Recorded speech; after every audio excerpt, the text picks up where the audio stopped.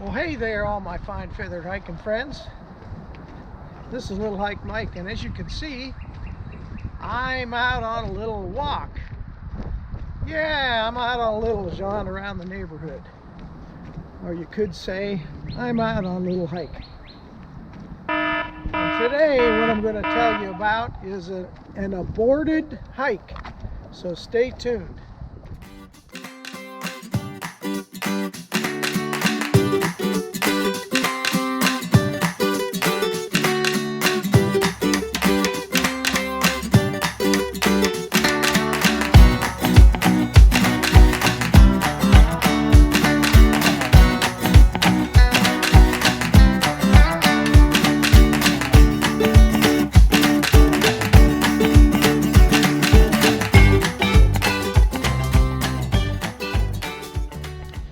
So, let me tell you about this aborted hike. And here's the way it's going to go. First off, I'm going to tell you what the plan of the hike was and some of those details. The second thing I'm going to tell you about is what exactly happened to cause me to abort this hike. And the third thing I'm going to talk about is the reasons that I think caused me to abort the hike.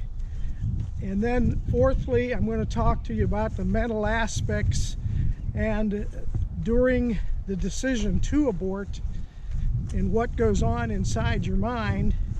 And then I'll tell you about what happens afterwards after you've made the decision to abort the hike.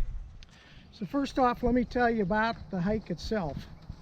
Some of you know already that I've been hiking the Mountains to Sea Trail, and I'm doing it in segments and sections of segments. And this particular hike was going to be on segment 2, and we had already done part of the hike from Water Rock Knob down to Balsam Gap, and that was a while ago. The entire segment is roughly about 60 miles. So we had gotten 10 miles out of the way already, and we were going to go back and finish this segment in 4 days. That was the plan. And we were going to get started on Monday morning, and then the very first part of this hike, let's just say the first 7 miles, was uphill, up the mountain. And we started at Balsam Gap, and the difference is when we started, the plan was to hike beginning in the morning and then have all day. We had an about 11-mile hike to do the very first day up the mountain. So we changed the plan, and the plan, because we changed it, we moved it up to start on Sunday, and we could not get to the trailhead until Sunday afternoon, which was about I'm going to say 1 o'clock. And we struck out that morning around 6 a.m. We had a 5 to 6 hour drive to get to the trailhead and then start the hike. Now there's probably some good reasons why we decided not to start on Monday morning and why we decided to start Sunday afternoon.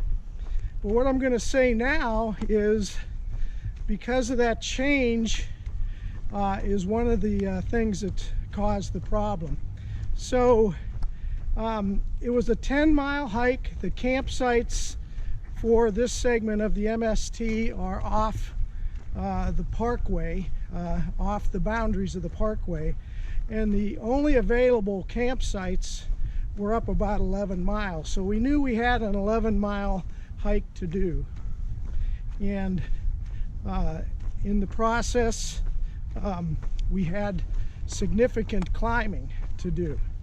And so the trail on this segment is rated strenuous. And so we knew what we had before us, although what we did, because we started late is we overestimated our ability and then underestimated the trail. So we took our time. The weather was beautiful. It wasn't really that warm. And also I had at least hydrated and been fully hydrated when the hike started. And I kept hydrating as I went along. Now, what happened was we started climbing at a pace that we thought was enough to be able to get us to move along. Once again, to be able to get where we're going, we had about 6 hours of daylight to go up the side of the mountain and get to this campground. But as we progressed, I just started noticing some of my muscles were getting fatigued, and then we got to what they call the pinnacle, and right at this pinnacle, which was not the top, we still had another 800-foot climb, but at the pinnacle, which is a section of the trail that goes over the Blue Ridge Parkway, there's a great big tunnel underneath of it. So right about this time, I started to cramp in my left leg, and the cramp was significant. It did hurt. And then we stopped. We took a little bit of time. We sat down. We had a snack. We hydrated again. I had this cork ball that I started rolling my leg with, and I was able to get rid of the cramp. And still, I could feel it in my legs. So we started hiking again. By this time, it was pretty much getting close to 4:30 or so. And so we'd been hiking somewhere around 3.5 hours. And then the trail right after the pinnacle narrows down, and there's a steep grade on your left as you're walking eastbound, and a steep grade on your right going up the hill on your right. And so it was leafy, loose dirt, and so I hit a spot and immediately went down. I went down the side of the hill just about 10 feet and stopped. I landed on my back, but I didn't get hurt. I got up, brushed myself off. I lost a few things down the side of the mountain, and my water bottle went about 50 feet down the embankment, and my hiking partner was nice enough to take his pack off, and he went down there after it, retrieved it. So I got up, dusted myself off, nothing, I wasn't injured, hadn't scraped myself up or anything like that. But I went ahead and got my backpack on, got everything together, and I started hiking again. So I'm going to say within a mile, we're probably within a half mile, my left leg started to cramp again. And this time it was a severe Charlie horse. And so something's going on, and not sure what it was. So, you know, the things about that enters your mind as you are going through something like this, when you do have an out, which means we hadn't passed the point of no return yet. So because the parkway was down the embankment, I'm going to say a good 50 to 100 yards. So anyway, at this point, I'm beginning to make a decision about should I continue or should I not continue. And this is where the mental aspect about hiking sometimes can overcome the physical, but not this time.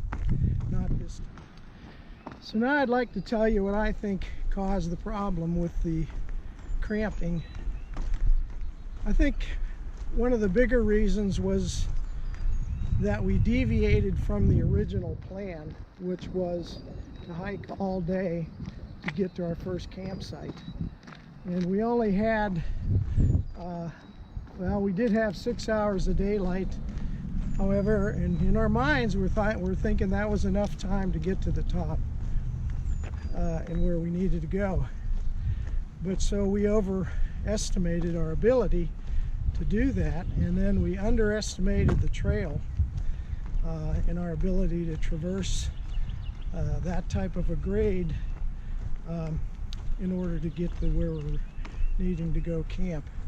So the number one reason was, not to say it's the most important reason, was that we changed the plan. Another second reason would be when we got to the trailhead, we had been sitting all day in a car driving over 5 to 6 hours to get to the trailhead, and then when we got out of the truck to put our backpacks on, we failed to limber up, warm up, stretch out some of the muscles that were going to be required to hike that far. So again, novice long distance hikers, stretching is a very important thing.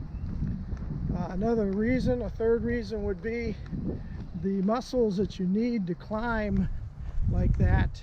If they're not conditioned well, then it's going to be more stressful, and that's exactly what happened. Is my muscles, even though I walk a lot, and a lot of my hiking up recently has not been in strenuous conditions, because this hike was rated strenuous. I had been hiking down on the eastern segments of the MST, and they were very easy because they were flat, and a lot of it was road walking.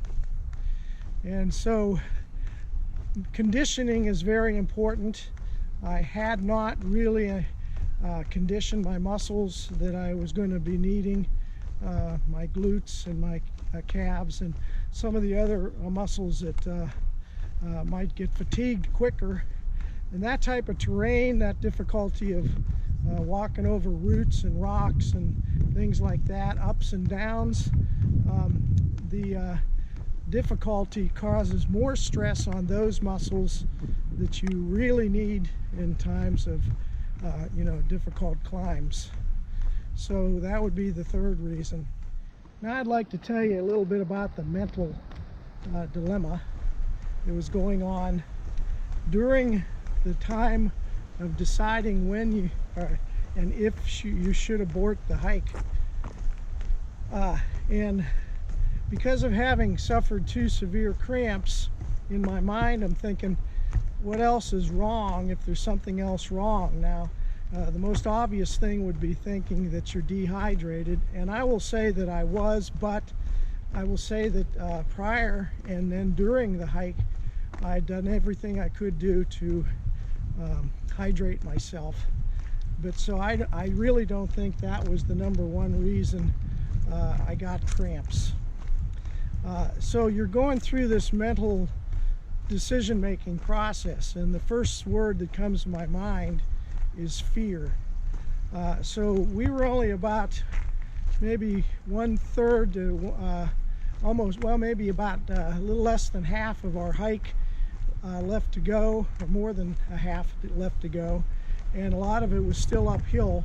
So in your mind you're thinking, can I do this without cramping again? So I couldn't guarantee that, and we still had this little bit of a climb, 800 feet in the next 2.5 miles, which isn't really too bad of a grade, but still you're wondering, should I continue? Should you continue? And the other aspect of helping me decide to abort was that the parkway was down the embankment a little ways, so we hadn't passed the point of no return to where we could get back to our truck. The other factor was daylight. It was already 5 o'clock, and we had maybe another good 2 hours of daylight left, and by the pace we were going at, it didn't look like we were going to get into camp anytime before dark, and we really didn't want to. We didn't know exactly what these campsites were like, so we didn't want to hike in the dark. So these factors go through your mind. The fear of injuring yourself, and some of these fears can be unfounded. And this is what you learn from experience, that the fact is you want an ounce of prevention is worth a pound of cure. So you don't want to try to be curing your cramping muscles during a hike. So you want to do everything you possibly can to prevent any kind of cramping, and you're going to have muscle ache, and you're going to have muscle ache after the hike is over. But the point is that your mind starts to create things that may or may not be true. So I erred on the side of caution. I erred, it could be that I erred hastily, and I should have kept trying to hike. But then again, hindsight's 20/20. Look back, oh yeah, you could have made it, you should have toughed it out, blah blah blah.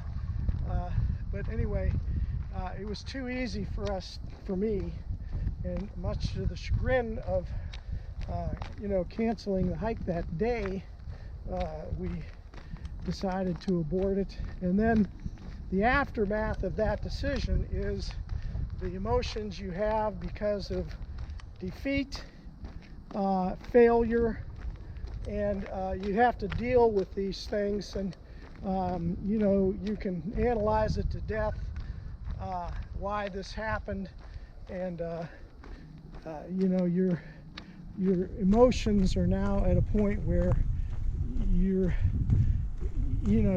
defeated. It's just that feeling of having this type of defeat and failure. So emotionally you can be drained too, which that's part of the decision too.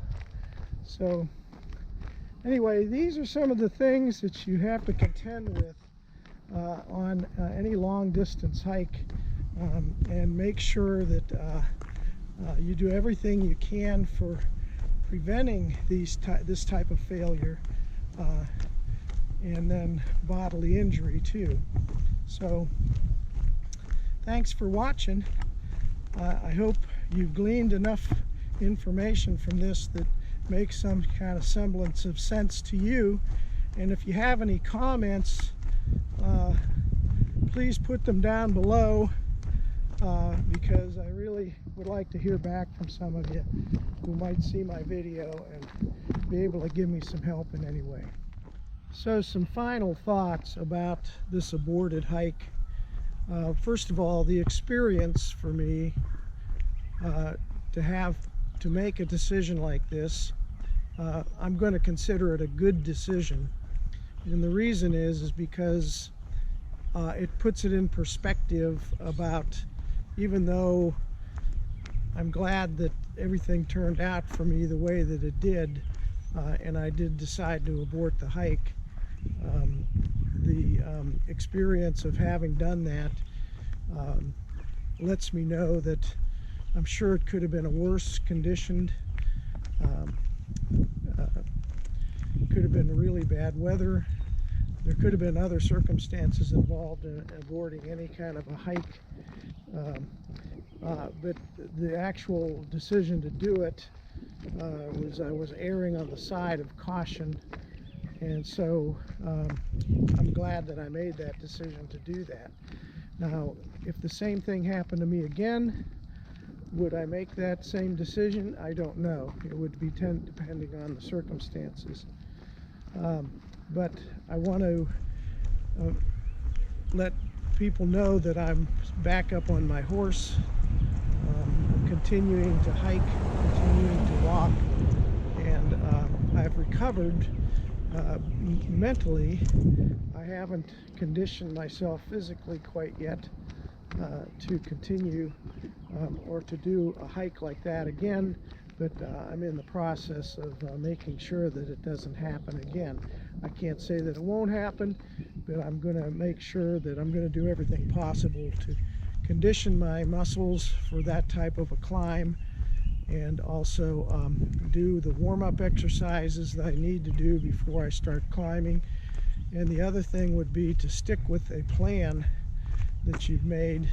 So if you have to deviate from a plan because of different circumstances, that's one thing, but actually making a plan and sticking to a plan is very important.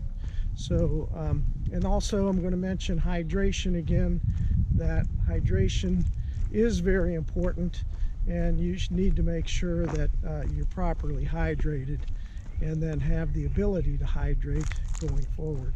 So once again, thanks for watching. I hope everybody gleans something from this video, as it has given me a great experience. So stay tuned, please subscribe. I'll talk to you later. Bye.